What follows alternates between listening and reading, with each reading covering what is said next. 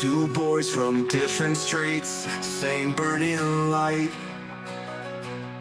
Rohit with a calm hand, Virat with a fight. Rohit debuted in '07, Belfast, a young dream took flight. Virat answered in '08, Sri Lanka, the first spark in white. Dedication in their stance, the bat that wrote new songs. Breaking records, lifting hopes where every heartbeat belongs. Legend etched in willow and in time. Inspiration, every boundary, every climb. From Hobart's roaring night to Eden's blazing day, they carried the country's pulse in their play. Dedication, legend, inspiration, singing loud, singing free. Two bats, one story, Rohit and Virat for all eternity.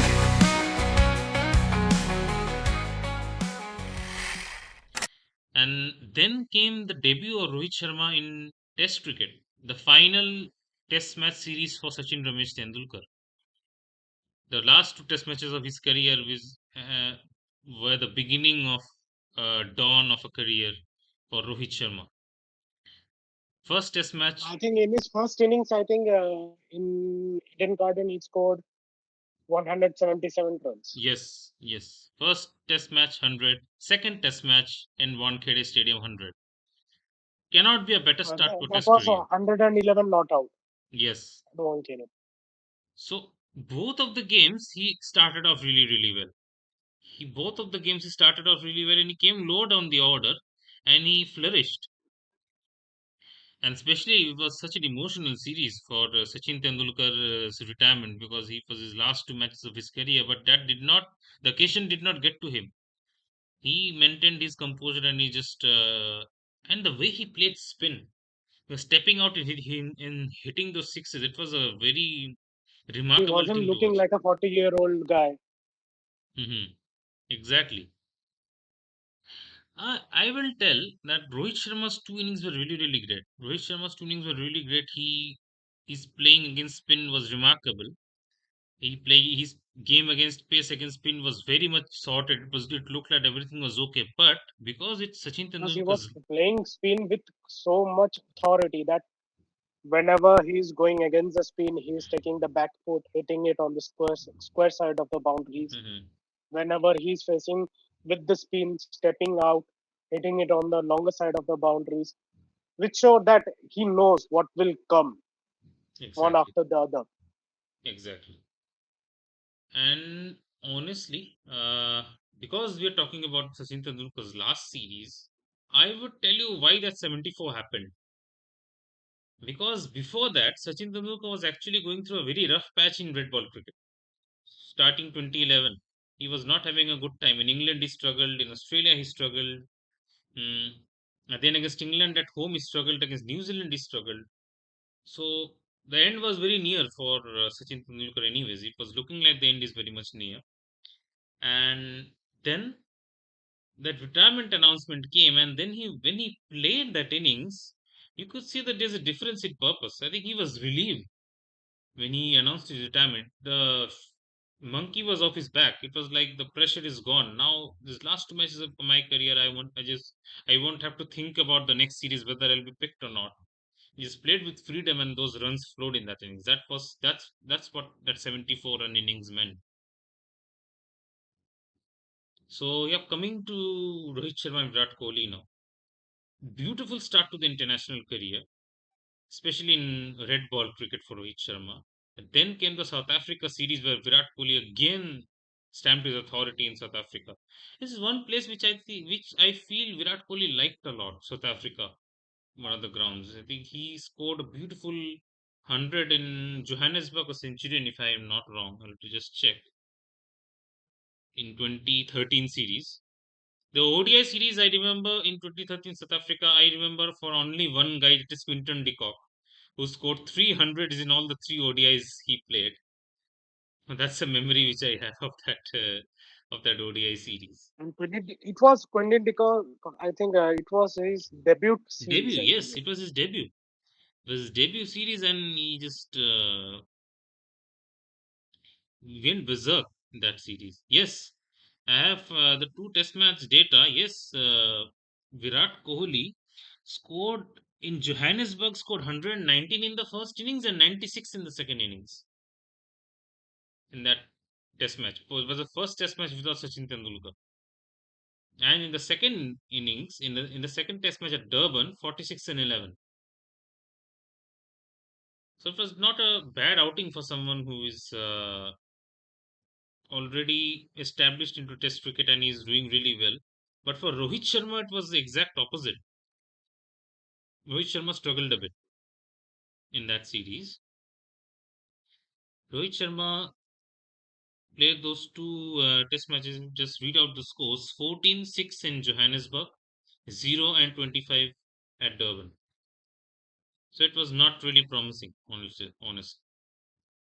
So 2014 was also very great. For Virat Kohli was not great, honestly. Rohit Sharma was stamping his authority into one-day cricket a lot. Virat Kohli had a decent IPL and then he went to England.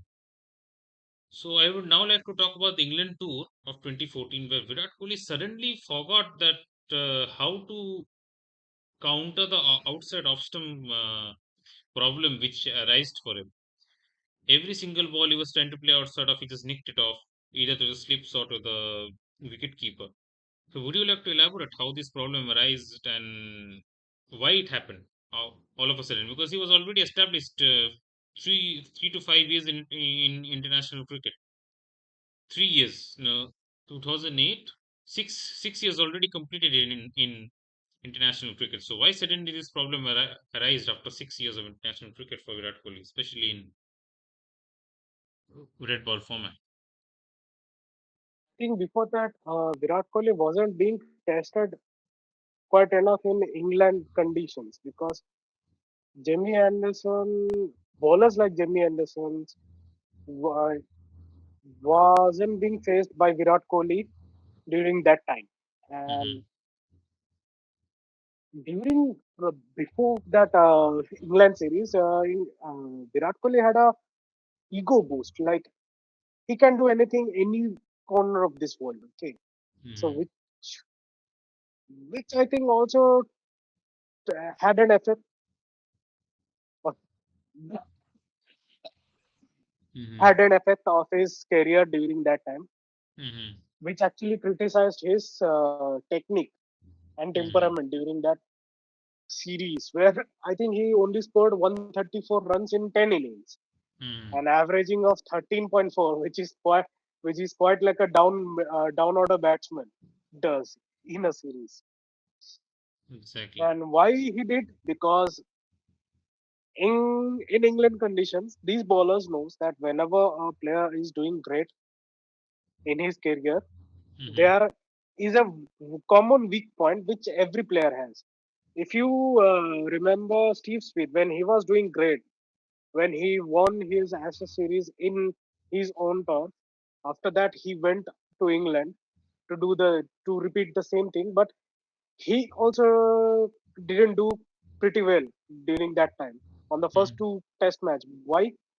Because he was also being criticized on that same spot where Virat Kohli also went out on that fourth or fifth stump line Mm-hmm. and a good length delivery.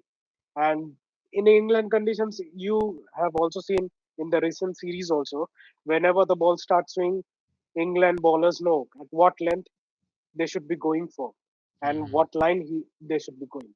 Mm-hmm. Uh, Steve Smith, he adjusted himself. He changed his stance completely in a bit unorthodox manner. But Virat Kohli isn't that kind of a player who will do. He thought that he will maintain his own stance, he will maintain his own temperament of dominating on that ball Mm-hmm. rather than leave that ball with rest. What I observed from Virat Kohli's 2014 tour, because he was moving a little too much into the crease. He was moving a lot, which is not what you should do when you are playing in England. Yeah, Which was quite favorable for him when he was in South Africa because it was good doing quite well for him. yeah, The numbers also reflected that. yes, yes. It worked in But South Africa. It worked in in New England, Zealand as in well. England, you like Rahul Dravid also mentioned in one of Mm-hmm. his commentating stint. during Hmm. that series that whenever you are in England conditions, your head must be steady. Whether your hand, legs are moving much, your head must be steady. Why? Because you don't know when it will start swinging. There are some bowlers like Jamie Anderson's where the ball swings from his wrist only. But there are some players like if you have seen Ashish Nehra during his period, Hmm. whenever he used to bowl or he used to tries to swing, his ball swings late, Hmm. Hmm. which makes quite difficult for the batsman to judge that where I should go. Okay, Exactly. and that's what Virat Kohli faced. I Hmm. think it was also a testing phase for his career also because he needed that lesson to be learned. Yeah. It was a blip when everything went wrong. And he was just pushing at the balls outside of. He was not leaving it alone, not leaving it alone. I think yes, maybe ego had come in between his game and his And abilities. he also repeatedly did that in the same series in Australia also in the recent days. Yes. This one is a little bit of a difference. Yes, the dismissals were similar. He was getting nicked up, but Mistake this was time same. The mistakes were quite same. it was a bit more flared, I would like to say. 2014, it was just off the front foot, but here in 2024-25, if you're talking about Virat Kohli, he was getting out like same way in England, but also his front foot was planted, which was not the case in the 2014 series. Here, what happened in 2024-25 is front foot was so planted. So when the ball was just a little short of good length, he did not have ample time to come back onto his back foot. He was playing with his front foot planted. He was just moving with his hands. He was always caught with surprise when the ball He was was rising up the assisting length. hands, which is not required in those conditions. Exactly. In Australia, you cannot play with that technique, and I don't know why that technique came into Virat Kohli's armory in 2024-25. We'll talk about the series later on.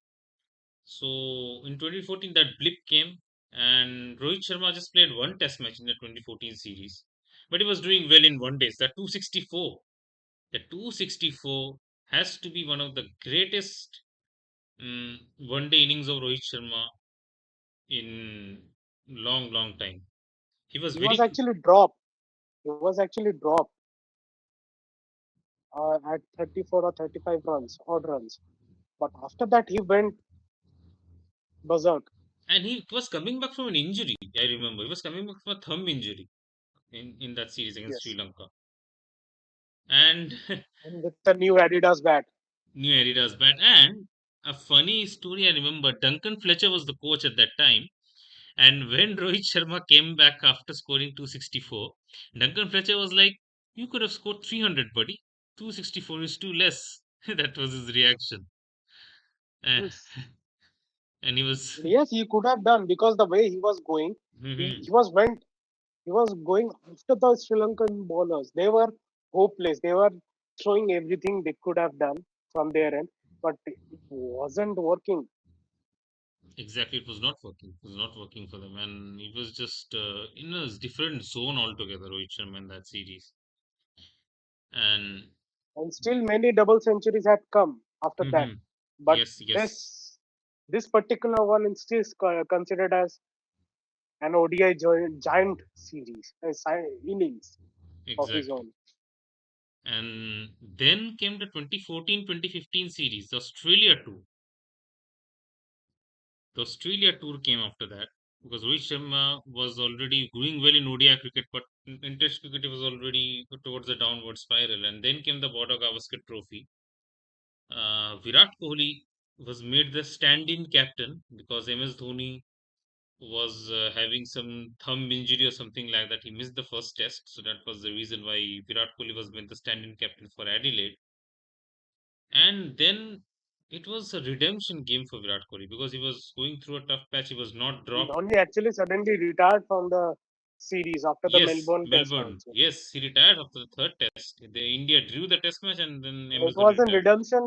redemption period because he was quite questioned. He was He was on the verge of being asked as whether he's capable of being considered as a post as a having a spot of Sachin Tendulkar's Yes. position in the Yes. Indian cricket team Mm-hmm. because that England series wasn't quite good.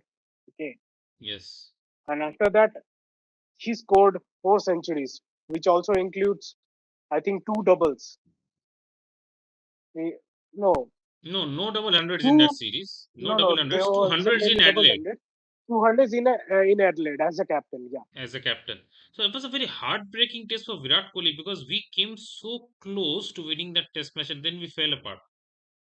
We came extremely close of winning that test match. We were Murli Vijay scored 99 and Virat Kohli was already on 100, and both were mm, on cruise to chase the 361, which they had. The target was set by Australia, and then we fell short because of Australia. uh, what would I say? It was a mix of Nathan Lyon masterclass and Indian batting suicide as well. It was a mix of both. I would say Indian batting suicidal attempts Exactly, and it was good bowling from Nathan Lyon because the because ball. at the international level you will expect these kinds of bowlers. Hmm. You will face these kinds of bowlers, and Nathan Exactly. Lyon was quite oiled bowler during that time because before that series Nathan Lyon wasn't even considered as a frontline bowler for Australia. Yep. After that series, he was a starter for Australians. Before that series, I think Nathan Lyon was considered as a yes, we don't have any spinner, so let's take Nathan. Mm-hmm. It's kind of like that only in the initial days. Just a part-time spinner, and then he just turned into a full-time spinner, Nathan Lyon. He gained his trust with that spells, and And even Steve Smith was also playing quite well in that series also. yeah, Steve Smith was actually the highest scorer of that series, and it was a competition between Virat Kohli and Steve Smith who could score more. It was like that. That series panned out like that. It was a competition on who can score more runs. Steve Smith was extremely well. He scored 700 plus runs, and Virat Kohli was a 600 something runs he scored. 400, 694. 694. So it was amazing.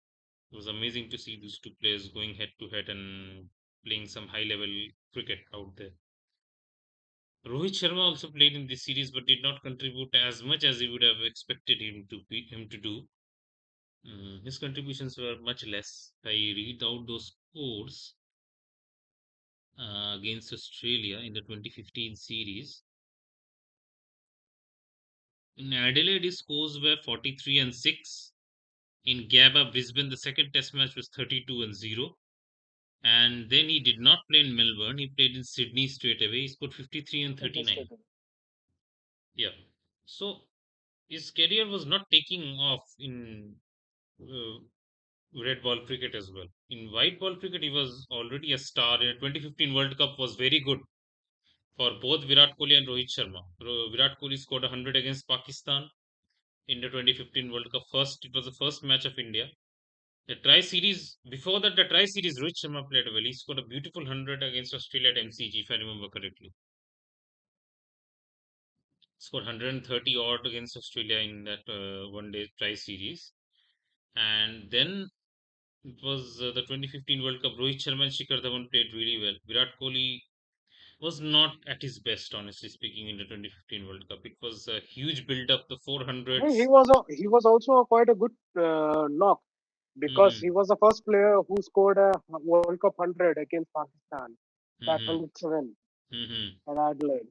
107 at His Adelaide. quite his knocks was quite not that much recognizable, but it was good from his own end. That 100 was really good. And after that, not many notable contributions from Virat Kohli as a batsman because maybe don't know what happened.